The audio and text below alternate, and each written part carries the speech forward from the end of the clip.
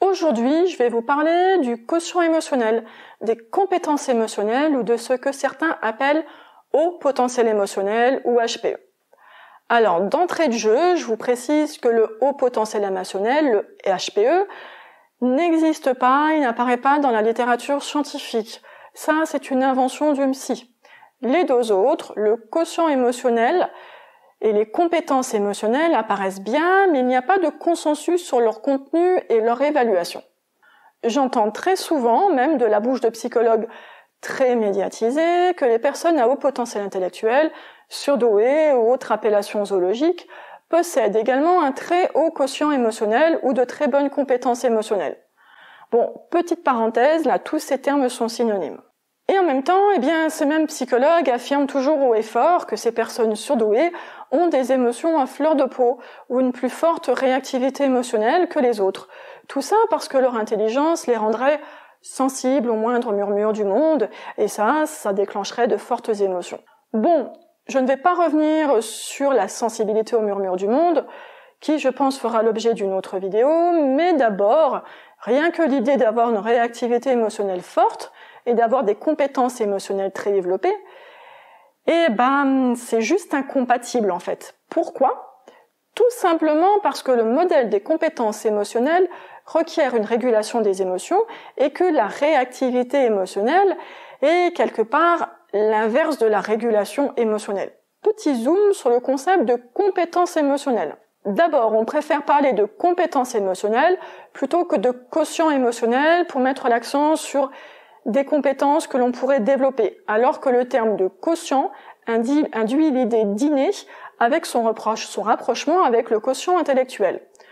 Alors oui, on peut développer ses compétences émotionnelles, tout comme on développe ses compétences à faire du vélo, à faire du piano ou à autre chose, dans une certaine mesure en tout cas. Dans la littérature, on distingue deux grands types de compétences émotionnelles en fonction de vers qui sont dirigées ces compétences, vers soi-même ou vers autrui. On parlera de compétences intrapersonnelles dans le premier cas et interpersonnelles dans le deuxième cas. À l'intérieur de chacun de ces deux grands domaines, il y a 5 compétences que l'on peut développer.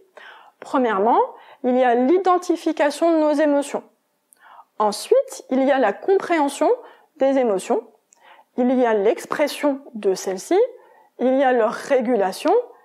Et enfin, leur utilisation dans la vie quotidienne, car les émotions apportent toujours quelque chose, elles ont une fonction adaptative.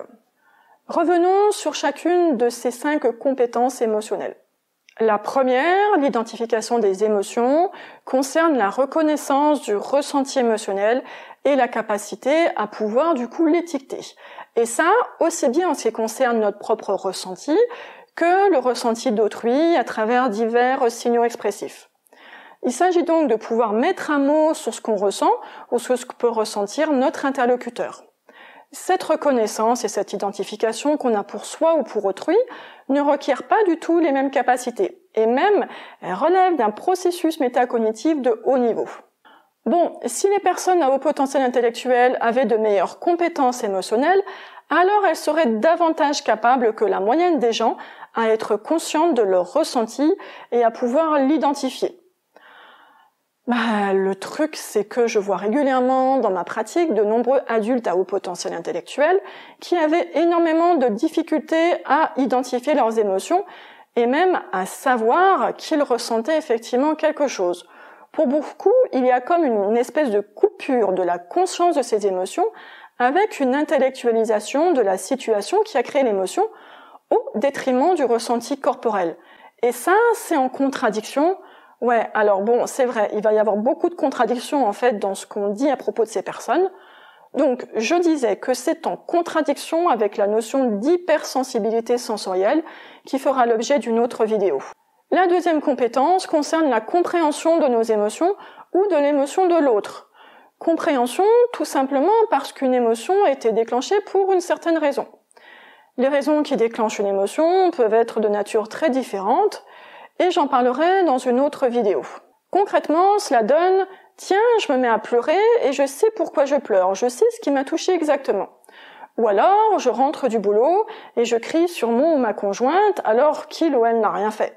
J'ai conscience que c'est parce que ma journée a été stressante et que mon ou ma conjointe ou mes enfants n'ont rien à voir là-dedans. Alors, ça paraît simple comme ça, mais dans les faits, ce n'est pas si simple. Comprendre le pourquoi de nos émotions peut être un long travail thérapeutique et même pour les personnes surdouées. Quant au versant interpersonnel de la compréhension des émotions, c'est-à-dire comprendre pourquoi une autre personne a telle émotion, eh bien, les personnes à haut potentiel intellectuel ne sont pas sans faille et projettent aussi souvent leur vision du monde sur l'autre. Mais là aussi, ça mériterait une autre vidéo. Ouais, c'est vrai, ça va en faire beaucoup des vidéos. Ensuite, troisième composante, troisième compétence émotionnelle, l'expression des émotions. Il s'agit ici d'exprimer son émotion de manière adaptée aux usages socio-culturels. Et oui, parce qu'une des fonctions des émotions est la communication à autrui de ce qu'on ressent, afin que lui puisse s'adapter à nous. Donc, il faut quand même exprimer. Et à propos de ce qu'on lit sur les personnes à haut potentiel intellectuel, entre l'inhibition et la suractivité émotionnelle, eh bien, il y a quand même un grand écart quand même, il faut l'avouer. Le versant interpersonnel de cette compétence concerne la capacité à aider l'autre, à exprimer ses propres émotions, et ça non plus, ce n'est pas si simple. Quatrième et avant-dernière composante, la régulation de l'émotion.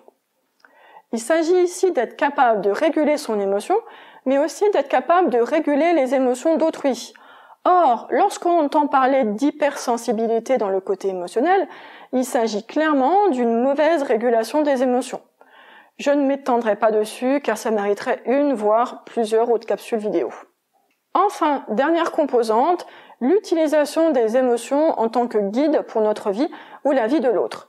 Et là, le bas blesse aussi puisque si c'était le cas, on ne parlerait pas de personnes à haut potentiel intellectuel en décrochage scolaire, professionnel, amoureux ou dans d'autres domaines de vie. Et ces personnes seraient de bons leaders, de bons managers ou autres. Ce qui peut aussi être le cas, et ça l'est également d'un point de vue statistique, mais ces personnes, clairement, n'ont jamais consulté un psychologue pour se faire évaluer. Elles sont donc inconnues au bataillon des psys. En conclusion, tout semble opposé au fait que ces personnes soient surdouées aussi au niveau de leurs émotions. En tout cas, celles dont on parle dans les médias. Le fait est simple, si on a des difficultés dans ce domaine, c'est qu'on manque de ces compétences. Et d'ailleurs, comme je le disais dans cette vidéo, l'efficience du cerveau ne concerne que la résolution de problèmes et rien d'autre. Sur ce, je vous dis à bientôt pour une autre vidéo qui traitera, je pense, encore des émotions, car il y a beaucoup à dire. À bientôt!